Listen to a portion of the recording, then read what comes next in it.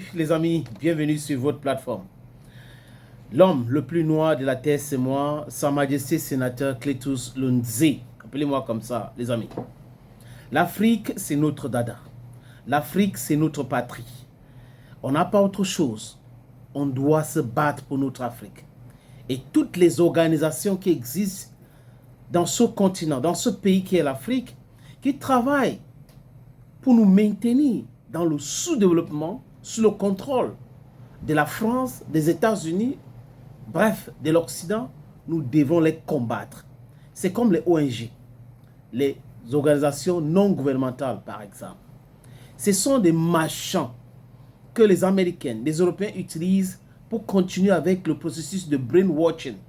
Et nous disons ici clairement, les amis, non. Prenons un exemple. Nous parlons ici tous les jours de l'AIS. Et on voit ce que l'AIS fait pour atteindre cet objectif-là de la souveraineté. C'est ce que nous le souhaitons. Tous les enfants de ce continent-là, à l'exception de certains sous-préfets qui sont là uniquement pour leur intérêt égoïste. L'égocentrisme est dans leur ADN. Mais les enfants d'Afrique souffrent tellement. Il y a le déséquilibre pratiquement partout, dans l'économie, dans le commerce mondial, et l'Afrique souffle le mati. Colonisation, esclavagiste, esclave. On est vraiment tout. Tout ce qui est mauvais sur l'Afrique. Et on est venu nous voler même nos traditions, nos us et coutumes. C'est diabolique et tout. C'est ce qu'ils disent. Et c'est ce narratif-là qu'on est en train de déconstruire, les amis. We are debunking all the lies. We are deconstructing all the lies. We are diluting all their narratives. Le Bénin a été attaqué au milieu du mois d'avril. Et qu'est-ce qu'on a vu? On a vu un juiflu à la télévision qui dit qu'il est colonel, commandant de quoi, je n'en sais rien, qui accusait l'AIS d'être trop dans la communication et non dans l'action. Donc on a des gens qui sont en train de combattre le terrorisme dans les pays de l'AIS. Et de l'autre côté, on a un colonel dans l'armée béninoise qui est géré parce que c'est lui le chef des armées. Patrice Talon, qui travaille en étroite collaboration avec les formateurs des terreaux, qui a ouvert les camps de formation des terreaux et qui utilise le port de Cotonou pour acheminer les armes pour déstabiliser les pays de l'AIS. Et mal les a pris, les amis. Les militaires perdent les armes. Ceux-là n'étaient même pas au courant de cet effet-là et ils sont tombés dans ces guet-apens. J'ai parlé des 54 parce que ce sont les chiffres officiels, mais j'ai des amis béninois qui m'ont appelé pour me dire que non, c'est à peu près 70 militaires qui sont morts. Et pendant ce temps, on a une chaîne très dangereuse, France 24, que j'appelle Mensonge 24, avec une radio stupide, colonialiste, impérialiste, Radio France Intoxication, donc fausse information, qui a commencé à pousser ces narratifs de le Bénin doit discuter avec les djihadistes, le Bénin doit discuter avec les djihadistes. Donc, on a même un monsieur sur les antennes de France 24 qui a dit ça à Mondovision. Et il ne pouvait pas dire ça sans que Emmanuel Macron et Patrice Talon ne discutent sur ça. Donc, Emmanuel Macron aurait donc dit à Patrice Talon, il faut envisager discuter avec ces gars. Parce que ce sont ces gars.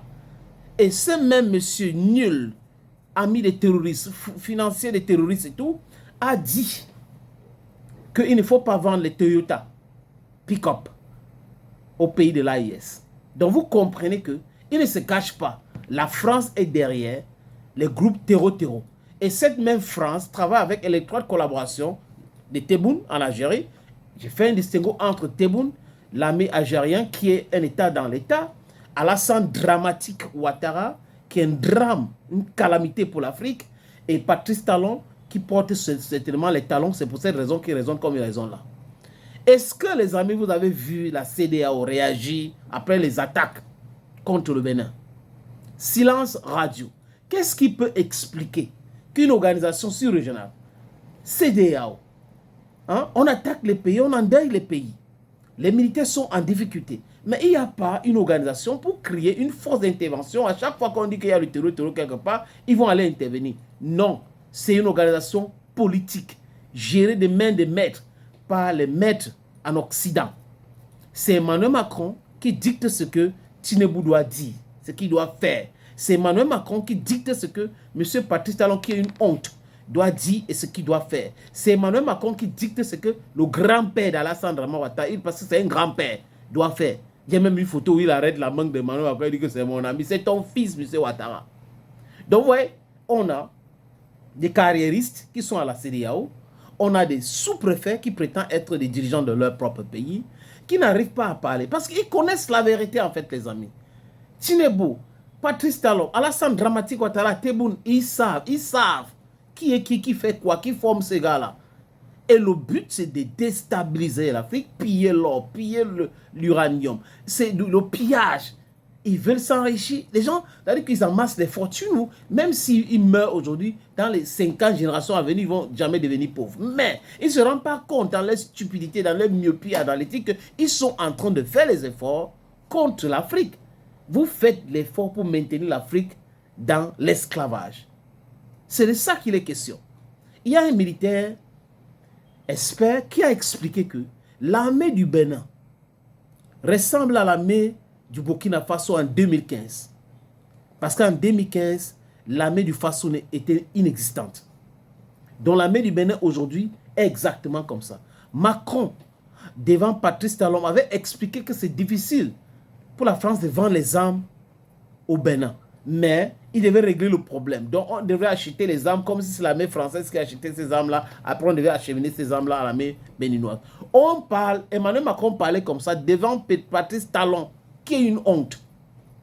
Les amis. Donc un pays souverain ne peut pas acheter les armes. Mais un pays souverain peut être votre ami. Mais vous fabriquez les armes. Il a fait la même chose avec la République centrafricaine. Et aujourd'hui, Touadéra a trouvé les subterfuges pour acheter les armes et avoir une collaboration avec la Russie pour en découdre avec le terrorisme. Les amis, les terroristes ont les armes de pointe. Qui les donne ces armes? Qui les vend ces armes? Voilà la question. La question est là. Qui fabrique ces armes? Quand on a fini de poser des questions, qui fabrique les motos, qui fabrique les téléphones, qui fabrique les armes, pour que les gars là ont les pick-up, ils ont les drones, ils ont toutes ces choses-là sont fabriquées dans les pays qu'on connaît. Quand la base était, on connaît les fabricants. Donc, ça part de leur pays pour arriver en Afrique comment? Leur stratégie, c'est de maintenir l'Afrique dans le sous-développement.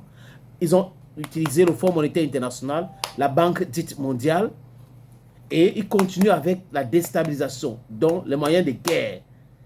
Ils vont tribaliser tous les débats, ils vont sectoriser tous les débats, et c'est comme ça que l'Afrique va rester toujours dans les débats stériles. Oh oui, tel vient du nord, tel vient du sud. Après, il y a un problème ici, c'est les gens du sud, c'est les gens du nord qui sont en train de faire ça. Voilà leur stratégie pour déstabiliser de façon durable l'Afrique. Mais c'est à vous, c'est à moi, c'est à nous tous de comprendre que l'Afrique est plus importante que ces petits jeux-là. Vive l'Afrique. L'Afrique ou la mort, nous vaincrons. Thank you, friends.